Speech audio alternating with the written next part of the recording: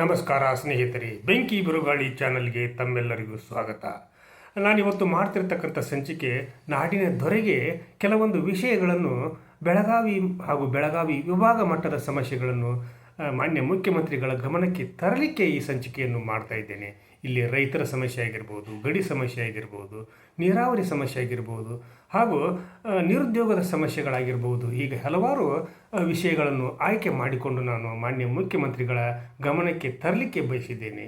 ಆಮೇಲೆ ಪ್ರಥಮವಾಗಿ ಮುಖ್ಯಮಂತ್ರಿಗಳಾಗಿ ಬೆಳಗಾವಿ ಮಹಾನಗರಕ್ಕೆ ಆಗಮಿಸ್ತಿರ್ತಕ್ಕಂಥ ಸನ್ಮಾನ್ಯ ಡಿ.ಕೆ. ಶಿವಕುಮಾರ್ ಸಾಹೇಬರಿಗೆ ಈ ಮೂಲಕ ಬೆಂಕಿ ಬಿರುಗಾಳಿ ಚಾನಲ್ನಿಂದ ಸ್ವಾಗತವನ್ನು ಕೂಡ ನಾನು ಬಯಸಲಿಕ್ಕೆ ಇಷ್ಟಪಡ್ತೀನಿ. ಹಾಗಿದ್ರೆ ಬನ್ನಿ ಸ್ನೇಹಿತರೆ, ಹೋಗೋಣ. ಏನೇನು ನಾವು ಅವರಿಗೆ ಮನವಿಗಳನ್ನು ಮಾಡಬೇಕಾಗಿದೆ ಅನ್ನುವಂಥ ವಿಚಾರಗಳನ್ನು ಕೂಡ ಈ ಮೂಲಕ ಚರ್ಚಿಸೋಣ. ಮೊದಲನೇದಾಗಿ ಗಡಿ ಸಮಸ್ಯೆ ನಿಜಕ್ಕೂ ಕೂಡ ನಮ್ಮ ಬೆಳಗಾವಿ ಸುತ್ತಮುತ್ತಲಿರ್ತಕ್ಕಂಥ ತಾಲೂಕಿನ ಜನರಿಗೆ, ಕನ್ನಡಿಗರಿಗೆ ನಿಜಕ್ಕೂ ಕೂಡ ಇದೊಂದು ಬಿಡಿಸಲಾರದ ನಂಟಾಗಿ ಪರಿಣಮಿಸ್ತಾ ಇದೆ. ಯಾಕಂದರೆ ಇಲ್ಲಿ ಇರ್ತಕ್ಕಂಥ ಬಹುತೇಕ ಮರಾಠಿಗರು, ಅದರಲ್ಲಿ ಕೆಲವು ಜನ ಸಾಕಷ್ಟು ಒಳ್ಳೆಯವರು ಕೂಡ ಇದ್ದಾರೆ, ಕರ್ನಾಟಕವನ್ನು ಅಪ್ಪಿಕೊಂಡಿದ್ದಾರೆ, ಬೆಳಗಾವಿಯನ್ನು ಕೂಡ ಒಪ್ಪಿಕೊಂಡಿದ್ದಾರೆ, ಅಂಥವರು ಕೂಡ ಇದ್ದಾರೆ. ಆದರೆ ತಮ್ಮ ರಾಜಕೀಯ ಬೇಯಿಸಿಕೊಳ್ಳೋಕ್ಕೋಸ್ಕರ ಕೆಲವೊಂದು ಜನ ಮರಾಠಿಗರು ಗಡಿ ಸಮಸ್ಯೆಯನ್ನು ಜೀವಂತವಾಗಿ ಇಟ್ಟು ಈ ಒಂದು ಭಾಗದ ಕನ್ನಡಿಗರಿಗೆ ಕಿರಿಕಿರಿಯನ್ನು ಉಂಟು ಮಾಡ್ತಾ ಇದ್ದಾರೆ. ಹಾಗಿರುವಾಗ ಅದನ್ನು ಕೂಡ ದಯವಿಟ್ಟು ಮಹಾಜನ ವರದಿಯನ್ನು ಜಾರಿಗೆ ತಂದು ಈ ಭಾಗದ ಗಡಿ ಸಮಸ್ಯೆಯನ್ನು ಶಾಶ್ವತವಾಗಿ ಹೋಗಲಾಡಿಸುವಂಥ, ಪರಿಹರಿಸುವಂಥ ನಿಟ್ಟಿನಲ್ಲಿ ಕೆಲಸ ಕಾರ್ಯಗಳು ಆಗಬೇಕಾಗಿವೆ. ಇನ್ನು ಮಹಾನಗರ ಪಾಲಿಕೆಯಲ್ಲಿ ಕನ್ನಡವೇ ಸತ್ಯ, ಕನ್ನಡವೇ ನಿತ್ಯ, ಕನ್ನಡದ ಬಳಕೆಯೇ ನಮಗೆ ಮುಖ್ಯ ಅನ್ನುವಂಥ ಆದೇಶವನ್ನು ಕೂಡ ಮಾಡಬೇಕು. ಬಹುತೇಕ ಮರಾಠಿಗರೇ ಈ ಒಂದು ಮಹಾನಗರ ಪಾಲಿಕೆಯನ್ನು ಆಳ್ತಾ ಇದ್ದಾರೇನೋ ಅನ್ನುವಂಥ ಭಾವನೆಗಳು ಕೂಡ ಕನ್ನಡಿಗರಲ್ಲಿ ಮೂಡ್ತಾ ಇವೆ. ಅದು ನಿಲ್ಲಬೇಕು. ಯಾಕಂದರೆ ಇವತ್ತು ಬೆಳಗಾವಿ ಕರ್ನಾಟಕದ 2ನೇ ಅತಿ ದೊಡ್ಡ ಜಿಲ್ಲೆ ಹಾಗೂ 2ನೇ ರಾಜಧಾನಿ ಅನ್ನುವಂಥ ಹೆಗ್ಗಳಿಕೆಗೂ ಕೂಡ ಪಾತ್ರವಾಗಿರ್ತಕ್ಕಂಥದ್ದು. ಹಾಗಿರುವಾಗ ಬೆಳಗಾವಿಗೆ ಆಗಬೇಕಾಗಿರ್ತಕ್ಕ ತುರ್ತು ಕೆಲಸ ಅಂತಂದರೆ ಗಡಿ ಸಮಸ್ಯೆಯನ್ನು ಬಗೆಹರಿಸಲೇಬೇಕು ಅನ್ನುವಂಥ ಒತ್ತಾಯವನ್ನು ಇಲ್ಲಿಯ ಜನರು, ಕನ್ನಡಿಗರು ತಮಗೆ ವಿನಂತಿಯನ್ನು ಕೂಡ ಮಾಡಿಕೊಳ್ತಾ ಇದ್ದಾರೆ.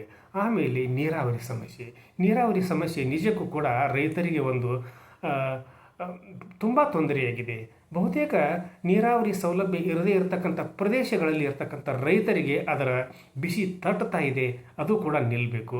ಆಮೇಲೆ ಅವರಿಗೆ ಶಾಶ್ವತವಾದಂಥ ನೀರಾವರಿ ಯೋಜನೆಗಳನ್ನು ಕಲ್ಪಿಸಿಕೊಡಬೇಕನ್ನುವಂಥ ಮನವಿಯನ್ನು ಕೂಡ ಈ ಸಂದರ್ಭದಲ್ಲಿ ಬೆಂಕಿ ಬಿರುಗಾಳಿ ಚಾನಲ್ನಿಂದ ಮಾಡಿಕೊಳ್ತಾ ಇದ್ದೇನೆ. 2 ಉದಾಹರಣೆಗಳನ್ನು ಬೆಳಗಾವಿ ಜಿಲ್ಲೆಯ 2 ತಾಲೂಕುಗಳನ್ನು ತಮಗೆ ನಾನು ಹೆಸರಿಸಲಿಕ್ಕೆ ಬಯಸ್ತೀನಿ. ಇದೇ ರೀತಿ ಹಲವಾರು ತಾಲೂಕುಗಳಲ್ಲಿಯೂ ಕೂಡ ನೀರಿನ ಸಮಸ್ಯೆ ಇದೆ. ರೈತರಿಗೆ ತುಂಬ ಅವಶ್ಯಕತೆ ಇದೆ. ಅದನ್ನು ನೀವು ಪರಿಹರಿಸಿ ರೈತರಿಗೆ ನೀರಾವರಿ ಸೌಲಭ್ಯಗಳನ್ನು ಶೀಘ್ರವಾಗಿ ಕಲ್ಪಿಸಿಕೊಡುವಂಥ ಕೆಲಸ ಕಾರ್ಯಗಳು ಆಗಬೇಕಾಗಿವೆ. ಮೊದಲನೇದಾಗಿ ಸವದತ್ತಿ ತಾಲೂಕಿನ, ಅಂದರೆ ಈಗಿನ ಯರಗಟ್ಟಿ ತಾಲೂಕಿನ ಯರಗಟ್ಟಿ ಭಾಗದ ತಾಲೂಕಿನಲ್ಲಿ ಬರ್ತಿರ್ತಕ್ಕಂಥ ಸೊಪ್ಪಡ್ಲ ಹಾಗೂ ಇನ್ನುಳಿದ ಬಹುತೇಕ ಗ್ರಾಮಗಳಿಗೆ ಸುಮಾರು 40 ವರ್ಷಗಳ ಹಿಂದೆಯೇ ಕಾಲುವೆಗಳು ಆದರೂ ಕೂಡ ಇಲ್ಲಿವರೆಗೂ ಕೂಡ ಅವರಿಗೆ ನೀರಾವರಿ ಸೌಲಭ್ಯ ಸಿಕ್ಕಿಲ್ಲ. ಯಾಕಂದರೆ ಆ ಕಾಲುವೆಗಳು ಕೂಡ ಈಗ ಮುಚ್ಚಿ ಹೋಗಿವೆ, ಭೂಮಿಯಲ್ಲಿ ಹುದುಗಿ ಹೋಗಿವೆ. ಅದು ಕೂಡ ಆ ಭಾಗದ ರೈತರಿಗೆ ಮಳೆಯನ್ನೇ ಆಶ್ರಯಿಸಿಕೊಂಡು ಜೀವನವನ್ನು ನಡೆಸಬೇಕಾಗಿರ್ತಕ್ಕಂಥ ಪರಿಸ್ಥಿತಿ ಇದೆ. ಜೊತೆಗೆ ಬೋರ್ನಲ್ಲಿ ಇರ್ತಕ್ಕಂಥ ನೀರುಗಳು ಕೂಡ ಬತ್ತಿ ಹೋಗ್ತಾ ಇವೆ. ಅದನ್ನು ಮನಗಂಡು ನೀರಾವರಿ ಸೌಲಭ್ಯಗಳನ್ನು ಕಲ್ಪಿಸಿಕೊಡಬೇಕು. ಅದರ ಜೊತೆಗೆ ರಾಮದುರ್ಗ ತಾಲೂಕಿನ ಸಾಲಳ್ಳಿ ಭಾಗದಲ್ಲಿರ್ತಕ್ಕಂಥ ಪ್ರದೇಶ ನಿಜಕ್ಕೂ ಕೂಡ ಅದೊಂದು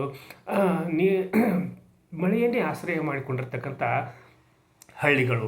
ಆ ಒಂದು ಗ್ರಾಮಗಳಿಗೆ ಕೆನಾಲನ್ನು ಈಗಾಗಲೇ ಮಾಡಿದ್ದಾರೆ. ಆದರೆ ಇಲ್ಲಿಯವರೆಗೂ ಕೂಡ ನೀರನ್ನೇ ಕಲ್ಪಿಸಿಲ್ಲ. ಅದು ಕೂಡ ಆಗಬೇಕು. ಯಾಕಂದರೆ ರೈತರ ಹಿತದೃಷ್ಟಿನೇ ನಮಗೆ ಮುಖ್ಯ ಅನ್ನುವಂಥ ಭಾವನೆ ಇಲ್ಲಿಯೂ ಕೂಡ ನೀವು ಇರ್ತಕ್ಕಂಥವರು. ಈ 2 ತಾಲೂಕುಗಳ ನೀರಾವರಿ ಸೌಲಭ್ಯಗಳನ್ನು ಶೀಘ್ರವಾಗಿ ಮಾಡಿಕೊಡಬೇಕು ಅನ್ನುವಂಥ ಒಂದು ಕಳಕಳಿಯ ವಿನಂತಿಯನ್ನು ಕೂಡ ನಾನು ಮಾನ್ಯ ಮುಖ್ಯಮಂತ್ರಿಗಳಿಗೆ ಮಾಡ್ತಾ ಇದ್ದೇನೆ.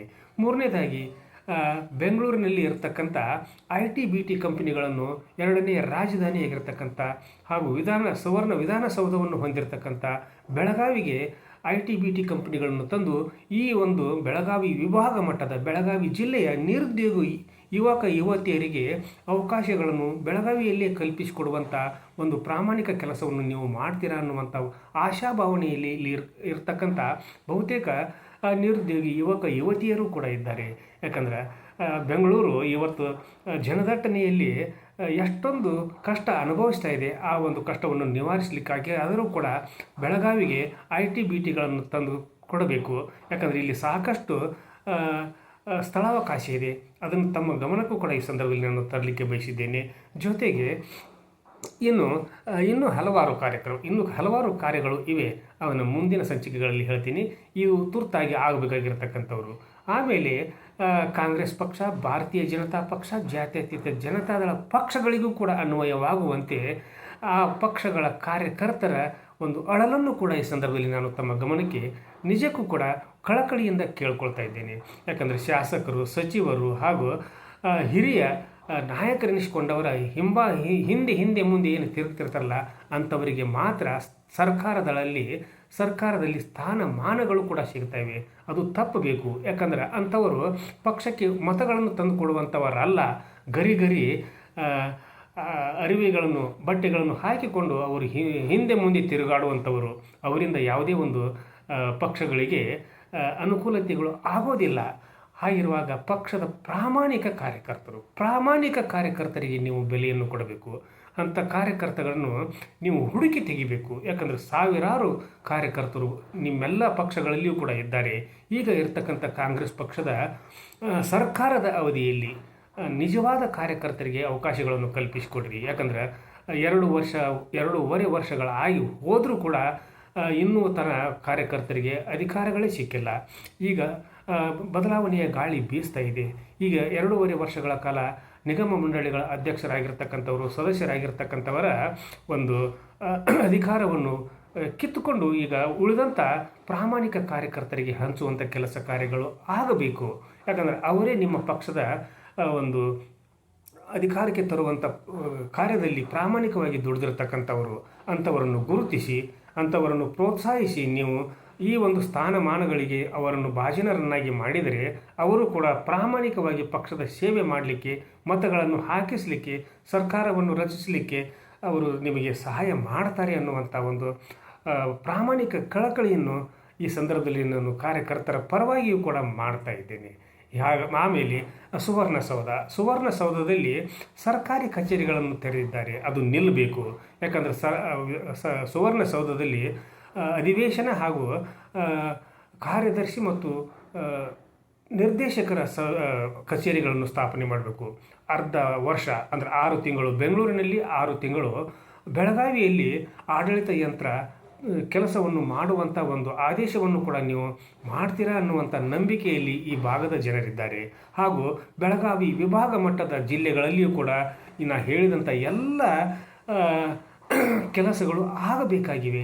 ಈ ನಿಟ್ಟಿನಲ್ಲಿ ನೀವು ಮಾಡ್ತೀರಾ ಅನ್ನುವಂಥ ಆಶಾಭಾವನೆಯನ್ನು ಬೆಳಗಾವಿ ಜಿಲ್ಲೆ ಹಾಗೂ ಬೆಳಗಾವಿ ವಿಭಾಗ ಮಟ್ಟದ ಜಿಲ್ಲೆಗಳ ನಾಗರಿಕರು ಕೂಡ ತಮಗೆ ಈ ಸಂದರ್ಭದಲ್ಲಿ ಮನವಿ ಮಾಡ್ತಾ ಇದ್ದಾರೆ. ಅದನ್ನು ಕೂಡ ತಮ್ಮ ಗಮನಕ್ಕೆ ತರ್ತಾ ಇದ್ದೇನೆ ಅನ್ನುವಂಥ ವಿನಂತಿಯೊಂದಿಗೆ ಇವತ್ತಿನ ಸಂಚಿಕೆಯನ್ನು ಇಲ್ಲಿಗೆ ಮುಗಿಸುವುದಕ್ಕಿಂತ ಪೂರ್ವದಲ್ಲಿ ಬೆಂಕಿ ಬಿರುಗಾಳಿ ಇದು ನಿಮ್ಮೆಲ್ಲರ ಚಾನಲ್ಲು, ಸಮಸ್ತ ನಾಡಿನ ಚಾನಲ್ಲು. ಈ ಚಾನಲ್ಗೆ ಸಬ್ಸ್ಕ್ರೈಬ್ ಆಗದೇ ಇರತಕ್ಕಂಥ ಪ್ರತಿಯೊಬ್ಬರು ಕೂಡ ಸಬ್ಸ್ಕ್ರೈಬ್ ಮಾಡಿರಿ, ಶೇರ್ ಮಾಡಿರಿ, ಲೈಕ್ ಮಾಡಿರಿ. ಈ ಸಂಚಿಕೆಯನ್ನು ಪ್ರತಿ ಮನೆಗೂ ಕೂಡ ತಲುಪಿಸುವಂಥ ಪುಣ್ಯದ ಕೆಲಸವನ್ನು ಮಾಡಿರಿ ಅಂತ ಹೇಳ್ತಾ ನಾಳೆ ಭೇಟಿಯಾಗೋಣ. ಅಲ್ಲಿವರೆಗೂ ನನ್ನ ನಮಸ್ಕಾರ.